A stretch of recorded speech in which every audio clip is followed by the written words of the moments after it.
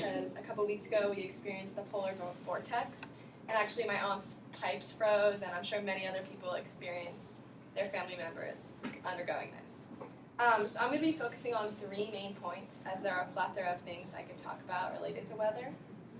The first one being that weather affects mood, and this is seen in seasonal affective disorder, which you may have heard of, also known as SAD. And this has a lot of unanticipated effects on our society, which I'll talk about. And the second point being that weird weather is a product of climate change. So I don't know if you guys saw on Sunday, here at Cal Poly, it started hailing or snowing, I think it was Sunday, when it was like sunny and 65 degrees. And so that was a very weird weather occurrence from climate change. And then that was my second point. And then my third point is going to be that weather can be expensive because storms, obviously, you have to repair from them, and that has a big effect on the economy as well. So beginning with weather affecting overall well-being. SAD is a yearly depression that takes place from a lack of light. Nika Work from TCA Regional News in 2015 reports that the brain has several locations where serotonin, the chemical that stabilizes your mood and emotions, is produced. One of these is in the retina. When winter hits and ideal light wanes, those who are sensitive to the serotonin drop experience a drop in mood. And this obviously takes place more commonly in places that have colder climates, not California, but just because it might not affect us as much here, it doesn't mean it doesn't affect our overall society. Because it has more of an impact on our lives than just some cranky people. It can also affect our economy. Marie Connolly, in her 2012 study, The Influence of Weather on Subjective Well-Being, discovered that economists have studied the effect of sunshine on stock market returns, suggesting that investors' good mood on sunny days influences their cognitive processes and trading decisions. So essentially, we are not robots, we make decisions based on how we're feeling. And so if we're in the stock market, we might not feel as optimistic and want to invest in the stock market when the weather is cloudy and we're sad. So that could overall make the stock market go down. This was also found in Yi-Sen Wang's 2012 study, Does Weather Impact the Stock Market? He found that evidence already exists that weather affects stock market returns. For example, there is an association between cloudy weather in New York City and negative New York Stock Exchange index returns. Essentially, cloud cover is bad for the stock market. This was found as well in Nicholas Afrigus' 2016 study, International Markets. He found that the onset of seasonal depression results in greater risk aversion in the affected subset of investors, who therefore sell stocks less in the fall, and prices drop as the days get shorter. So that's just further evidence that when people are feeling sad, they won't invest in the stock market, and that's bad for our economy. So as you now know, stormy weather impacts your mood, but this also impacts the stock market. And this is going to be an increasing concern as climate change creates more severe storms. So that brings me to my second point, weather and climate change. As you can see here, this is a photo of the polar vortex. It was just like a weather photo, and it's crazy. That whole area of the country was affected.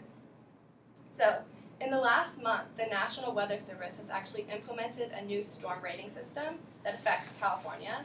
It's for atmospheric rivers, which are these rainstorms that we've been having a lot on the West Coast. So climate change doesn't just affect the polar vortex, it also affects us over in California. This was found in Curtis Alexander's report for the SF Chronicle. It was called California Storms to Get a Rating Like Hurricanes from 1 to 5. He found that the new ratings come as atmospheric rivers are believed to be getting more common, at least the big ones.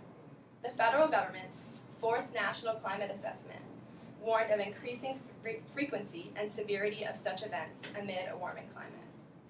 So there's no doubt we are experiencing severe weather patterns caused by climate change.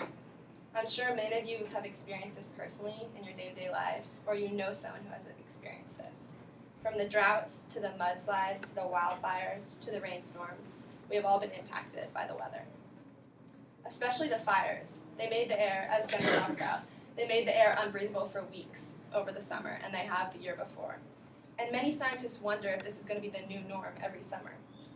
My dad works at the Bay Area Air Quality Management District in San Francisco, And he says that they predict that every single summer, California is going to experience huge wildfires like this, and they're just going to keep getting worse and worse. And it's really sad because there's not much we can do, and they had to put out like spare the air warnings every single day, and it's the air we breathe. It's really essential to our lives. And this brings me to my final point, the huge expense of poor weather. So this is just an it's blurry. This is just an infographic. Basically, it talks about how climate disasters can cost upward of $1 billion.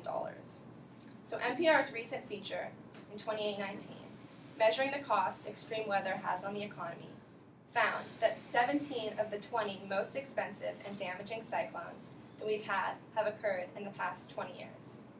So that's crazy, 17 of the 20. That's direct proof that we're having more and more severe storms. PR Newswire's 2018 article title said it all. It was titled, Hurricane Michael, Damage to Homes is Estimated at More than $165 million. So that's just one hurricane, $165 million. So this is further proof that weather really affects our economy. It's not just with the stock market, it's also with repair from these big storms. And as climate change gets worse, we're going to have more storms and more repair costs. But I want to conclude my speech on a positive note. Extreme weather can have a positive effect. David Kaninsky's 2016 research paper, Extreme Weather and Climate Change Concern, found evidence of a positive relationship between experiencing climate-related extreme weather and concern about climate change. So this means, it's kind of an obvious statement, but it means that if you experience a climate disaster, you're probably more aware of the climate, and that'll spur you to mitigate your actions on the climate in the future. So we could look at this through a positive lens and say that all this extreme weather is causing a lot of attention to our climate, and hopefully that'll help people make decisions to lessen their impact on the environment.